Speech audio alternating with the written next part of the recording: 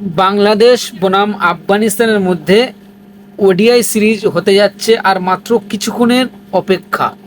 কিছুক্ষণ পরে বাংলাদেশ বনাম আফগানিস্তানের মধ্যে ওডিআই সিরিজের প্রথম ম্যাচ শুরু হতে যাচ্ছে এবং এই ম্যাচে বাংলাদেশের প্লেইং 11 অর্থাৎ প্রথম একাদশ কীরকম হতে পারে আজকে আমরা এই ভিডিওতে আলোচনা করব।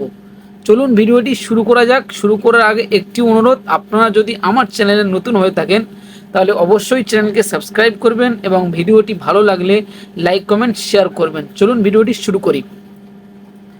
বাংলাদেশ এবং আফগানিস্তানের মধ্যে ওডিআই সিরিজের প্রথম ম্যাচ হতে যাচ্ছে আবুধাবি শেখ জায়েদ ক্রিকেট স্টেডিয়ামে এবং এর আগে আমরা দেখেছি যে বাংলাদেশ আফগানিস্তানকে টি-20 সিরিজে হোয়াইট ওয়াশ করেছে, অর্থাৎ 3টে ম্যাচ খেলেছে। 3টে ম্যাচের মধ্যে 3টি ম্যাচ হারিয়েছে বাংলাদেশ। এখানে বোঝা যাচ্ছে যে বাংলাদেশ আফগানিস্তানের থেকে বর্তমান অনেকটা এগিয়ে আছে পারফরমেন্সের দিক থেকে এবং ওডিআই সিরিজ হতে যাচ্ছে আর কিছুক্ষণের মধ্যে।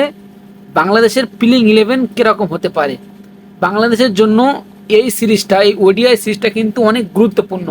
কারণ বাংলাদেশ যদি 2027 ওডিআই বিশ্বকাপ খেলতে চায় তাহলে কিন্তু এই সিরিজটা জেতা খুবই ইম্পর্টেন্ট।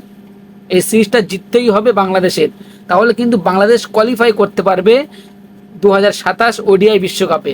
এই সিরিজটা যদি বাংলাদেশ হেরে যায় তাহলে কিন্তু ওডিআই বিশ্বকাপ বাংলাদেশ খেলার ক্ষেত্রে অনেক কঠিন হয়ে পড়বে। চলুন দেখে নেওয়া যাক বাংলাদেশের প্লেইং 11 কীরকম হতে পারে। প্রথমে তানজিদ তামিম এবং সাইফ হাসান। সাইফ হাসান কিন্তু ওডিআই ম্যাচে কিন্তু কামব্যাক করতে পারে। তিনি দুর্দান্ত পারফরমেন্স করেছে টি-20 ক্রিকেটে, আমরা দেখেছি এশিয়া কাপে তিনি অসাধারণ দুর্দান্ত পারফরমেন্স করেছে এবং তিনি কিন্তু ওডিআইতেও কামব্যাক করতে পারে। আজকে সাইফ হাসানের সাথে তানজিদ তামিম কিন্তু ওপেনিং করতে আসবে, এরকম খবর পাওয়া যাচ্ছে কিছু ক্রিকেট ভিত্তিক ওয়েবসাইট থেকে। এবং 3 নম্বরে আসবে নাজমুল হোসেন শান্ত। বাংলাদেশের এই ওডিআই ক্রিকেটের কিন্তু খুবই গুরুত্বপূর্ণ প্লেয়ার নাজমুল হোসেন শান্ত। অনেক দিন থেকে আমরা দেখছি যে নাজমুল হোসেন শান্ত কিন্তু জাতীয় দলের বাইরে, কিন্তু ওডিআই সিরিজে তিনি কামব্যাক করেছে এবং তিনি 3 নম্বরে খেলবে। এবং 4 নম্বরে কে আসবে, মেহেদী হাসান মিরাজ নাকি তাওহিদ হৃদয়? 4 নম্বরে আসবে তাওহিদ হৃদয়।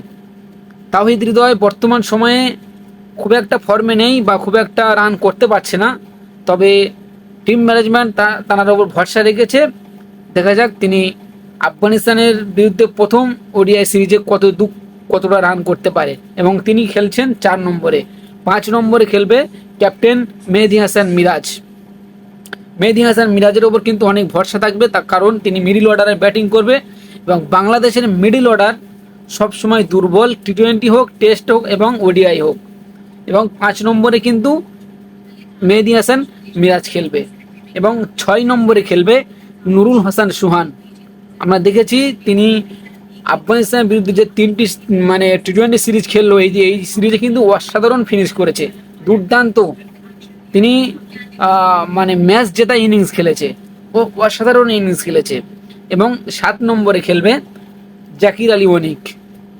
জাকির আলী অনিক আমরা দেখেছি যে আফগানিস্তানের বিরুদ্ধে তিনি ক্যাপ্টেন হয়ে আফগানিস্তানকে হোয়াইট ওয়াশ করেছে, তবে তার কিন্তু পারফরমেন্স খুব একটা ভালো দেখা যায়নি বা তিনি খুব একটা ভালো পারফরমেন্স করতে পারেনি আমরা দেখেছি। এবং তিনি 7 নম্বরে ফিনিশিংয়ের রোলটা পালন করবে। এবং বাকি থাকে আর 4টে, এই 4টে কিন্তু বাংলাদেশ প্রপারলি বলার খেলাবে। এই 4টে প্লেয়ার বাকি আছে, 4টে প্লেয়ার কিন্তু বাংলাদেশ প্রপারলি বোলিং খেলাবে। কারণ আমরা দেখেছি এই 7 জনের মধ্যে মেহেদী হাসান মিরাজ কিন্তু অলরাউন্ডার, তিনি স্পিনিং বোলিং করতে পারে। তার সাথে সাথে আমরা সাইফ হাসানকেও দেখেছি, তিনিও বোলিং করতে পারে। এই দুজনে কিন্তু 15 ওভার করে দিতে পারবে। এবং এই 4 জনের মধ্যে কিন্তু 3 জনকে পেসার বোলিং খেলাবে, তার মধ্যে তাসকিন আহমেদ এবং মোস্তাফিজুর রহমানকেও তো খেলাবেই। তারা দুজন দুর্দান্ত অসাধারণ পারফরমেন্স করে থাকে এবং বাংলাদেশের 1 নাম্বার এই দুজন কিন্তু 1 নাম্বারই বোলার, প্রধান বোলার এই দুজন। এবং 3 নম্বরে থাকবে তানজিদ সাকিব এবং আর এক স্পিনার খেলাবে, সেটা হচ্ছে তানভীর ইসলাম।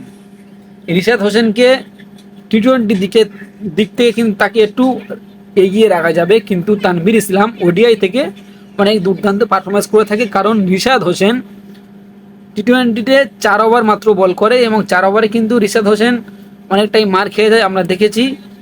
কিন্তু ওডিআই ক্রিকেটে যখন তিনি বেশি বোলিং করতে আসবে, ব্যাটিং তার বোলিং বুঝে যেতে পারে এবং আরও মার খেয়ে যেতে পারে। ওই জন্য তাকে ড্রপ করে তানভীর ইসলামকে মানে স্কোয়াডে সুযোগ দেওয়া হবে। এই ছিল আজকে বাংলাদেশের প্লেইং 11। এই ম্যাচটি কিন্তু বাংলাদেশের জন্য খুবই ইম্পর্টেন্ট, খুবই গুরুত্বপূর্ণ। এই ম্যাচটি বাংলাদেশের জিততেই হবে যদি 2027 ওডিআই বিশ্বকাপ খেলতে চায়। এই ম্যাচটি জেতা খুবই দরকার বাংলাদেশের ক্রিকেটের জন্য। না জিতলে কিন্তু কোয়ালিফাই করতে পারবে না 2027 ওডিআই বিশ্বকাপে। এবং বাংলাদেশের এই একাদশটা আপনার কাছে কেমন লাগলো অবশ্যই আপনি কমেন্ট বক্সে জানাবেন এবং ভিডিওটি ভালো লাগলে লাইক কমেন্ট শেয়ার করবেন।